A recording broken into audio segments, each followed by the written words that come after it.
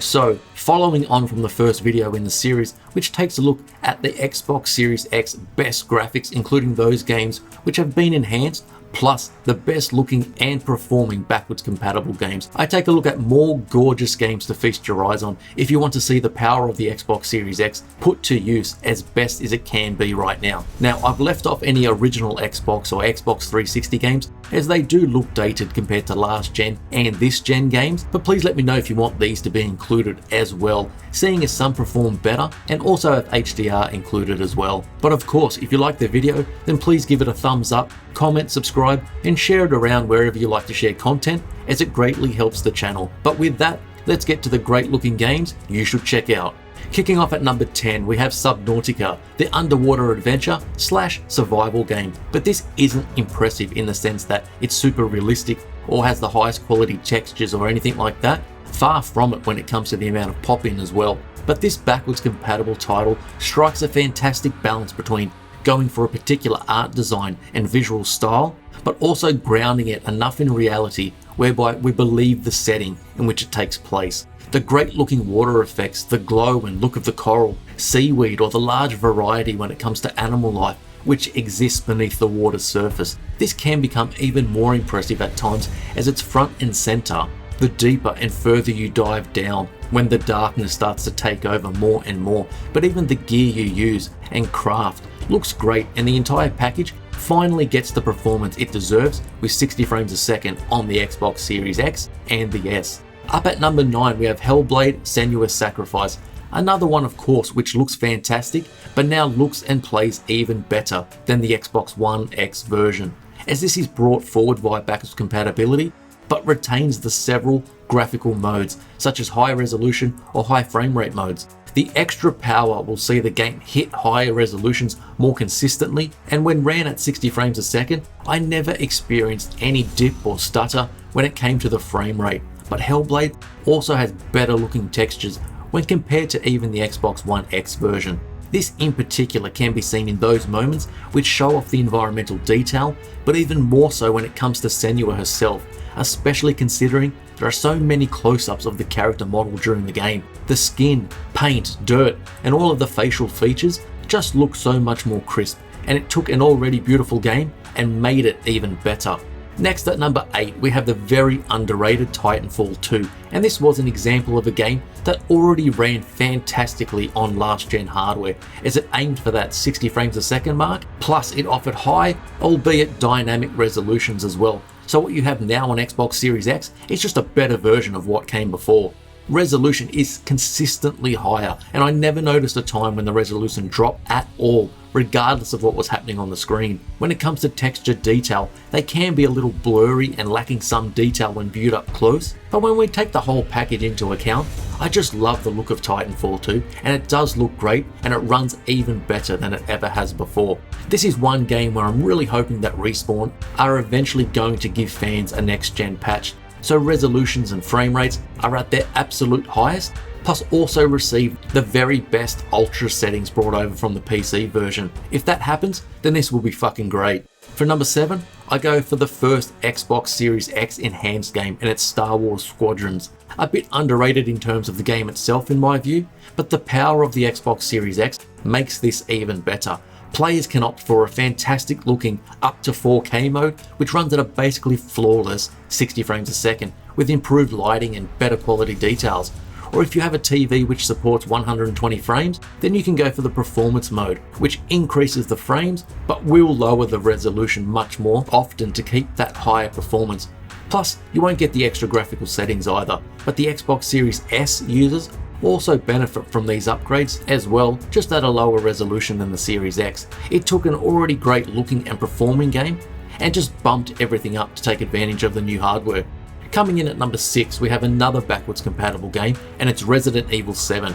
And I just had to include this one, as even though it hasn't been enhanced, I find the visual detail on display all work so well together to bring this horror game to life. With a great 4K presentation and 60 frames a second, this is yet another game where I didn't notice any drops, even though I find the higher frame rate, even though it's very welcome, it isn't as important in this action horror game, as there is no real need for super fast reflexes, such as you would need in a shooter, but it's the 4K resolution that is very damn good, and with the added effects of things such as film grain, the game ends up having this classic horror movie look, and it just works so well.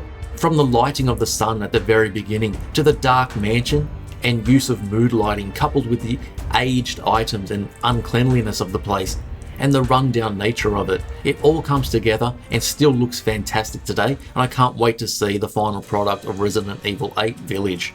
For number 5, we have Devil May Cry 5 Special Edition. And this is another Xbox Series X and S enhanced game, and which comes packing several graphical modes that favour resolution or performance. Plus it has ray tracing as well, which also varies depending on the visuals or graphics mode you choose to play in.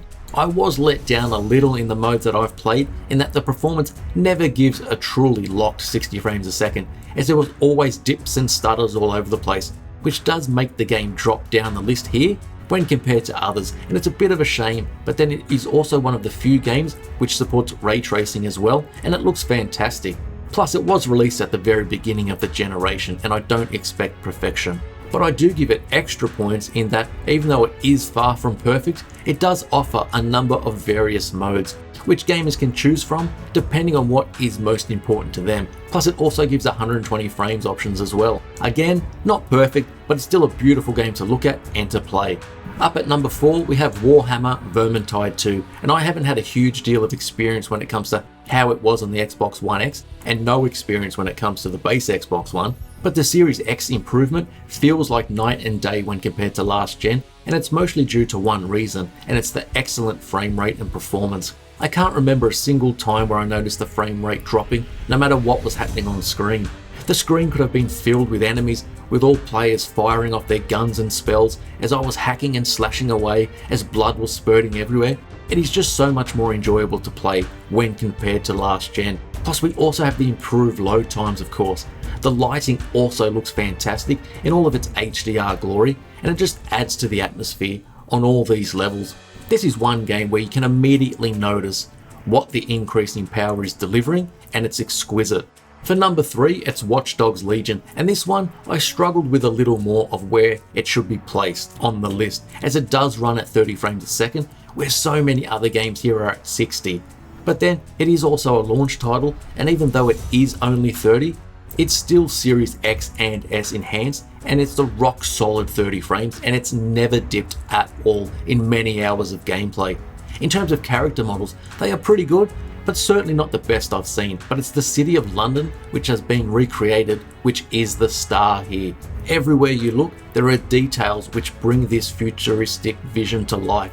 And then we also have the inclusion of ray tracing, which looks fucking awesome at times, especially on a wet night where puddles reflect the environment so realistically, or how the reflections of the world and its citizens are reflected almost flawlessly in windows and other glass, and even the distorted reflections we see on the cars themselves. It looks stunning and is a complete lock at 30 frames in my experience. At number 2, we have Bungie's Destiny 2, and this is another Xbox Series X and S enhanced game, and this makes its way up so high on the list because as a long-time Destiny player, the improvements just bring so much to the game and makes it far better and a much more enjoyable way to play. First, we have the 4K image, and which was already there on the One X, but now it's fairly stable when in sticking to that 2160p image. But that isn't the biggest improvement, as that goes to the doubling of performance to 60 frames a second and an increase to 120 in multiplayer if your setup allows that. But the other noticeable improvement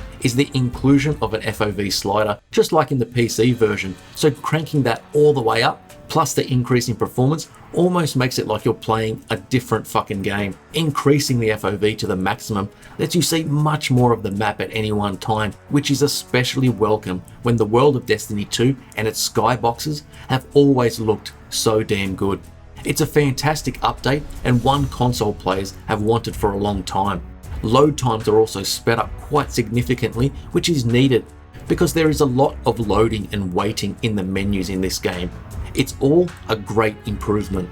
And coming in at number 1, we have Hitman 3, and this is another Xbox Series X and S enhanced game. And if you played the backwards compatible version of the Hitman 2, for example, you'll see the differences pretty much straight away, even if they were quite a significant increase, especially in performance mode, as opposed to the Xbox One X version. But even when in the performance mode, the second game never really kept a smooth 60 frames, but with Hitman 3, the game is almost basically flawless, regardless of whatever is happening on screen. The levels are sizable as well, and even though the character visuals and their animations aren't the greatest around, the lighting and reflections is simply stunning at times, and that's without the ray tracing update at the moment. Whether it be interiors or exteriors, it always has such a solid level of detail and such diversity in each of the levels, but it's the crispness of the image, which is a constant 4K, along with the near flawless frame rate and some impressive details all around, including the shadows, that makes Hitman 3 pretty damn great in terms of visuals. Definitely check this out. So there are some more games that definitely need to be checked out on the Xbox Series X if you're looking for those games to impress you from a visual standpoint. But which ones have blown you away, or which ones aren't that impressive to you? Please let me know down below, and if you can, please give the video a thumbs up, subscribe to the channel and share it around, and I'll see you on the next video.